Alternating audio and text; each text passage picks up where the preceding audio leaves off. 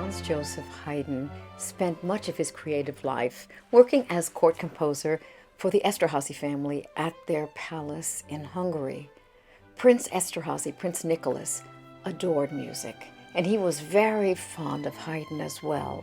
He gave the composer free rein to use his creative genius, which allowed Haydn to try things, to experiment, to come up with innovations that have really transformed our music world. In fact, Haydn is often considered the person who invented the string quartet and the symphony.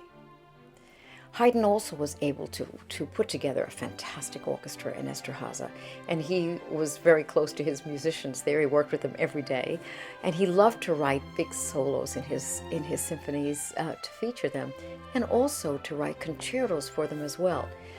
For his friend, the principal cellist Joseph Weigl, Haydn wrote a beautiful C major cello concerto. He wrote that in 1761, but it was somehow lost and not discovered until 1961 in Prague. So all of a sudden, we had a new Haydn cello concerto. The cello concerto is filled with lightness, charm, affection, and wit. It was the perfect vehicle for the debut of a very special cellist, Drew Cohn.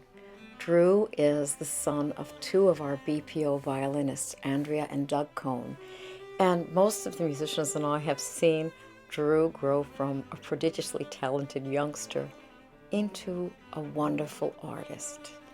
We were so proud that we had the chance to accompany this outstanding cellist in his professional debut.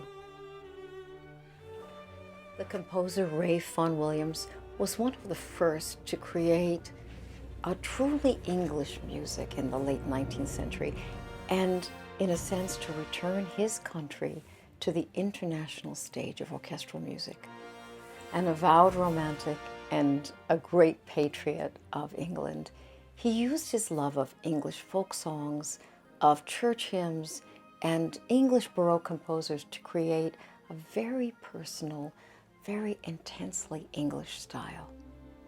In 1911, Vaughan-Williams started to compose what he thought would be a tone poem about London, the city he loved. But it became more than that. It became his second symphony, which he continually revised until 1933. It is filled with images of London.